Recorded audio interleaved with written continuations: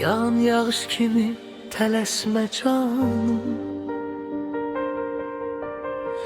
onsuz da hər şeyə tələsirik biz. Bir də görəcəksən təkcə qalmışıq, ya sən yoxsan ya mən ya da ikimiz. Fikirdən, dərddən ya sıxıntıdan başımız dünyaya çox qarışıqdır. O qədər hər şeyin dalınca qaçdı, İndi özümüzə çata bilmirik. Bir də oyanacaq yoxuq dünyada, əvvəlki kimi sarılma, əl-ələ tutma. Biraz geç görəndə sonra darıxma. Bəzən də deyirdik məni unutma. Təkan oldu, arxa olduq bir-birimizə. Cəmiyyət bizi dəyişə bilmədi heç vaxt. Çox həsəd gördük sanki üz-üzə, qalmışdıq həyatda bir sən bir də mən.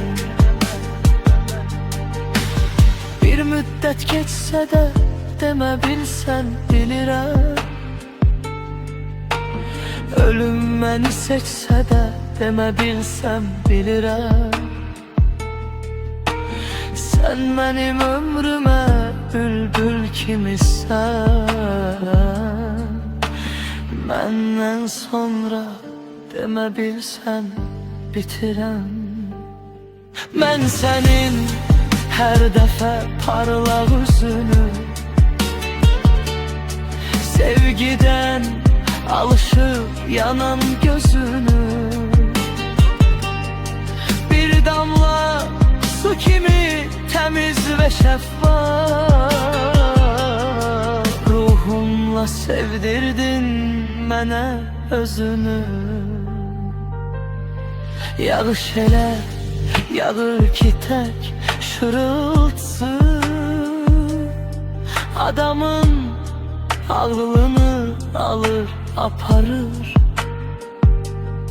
O qədər xatirə yada düşür ki,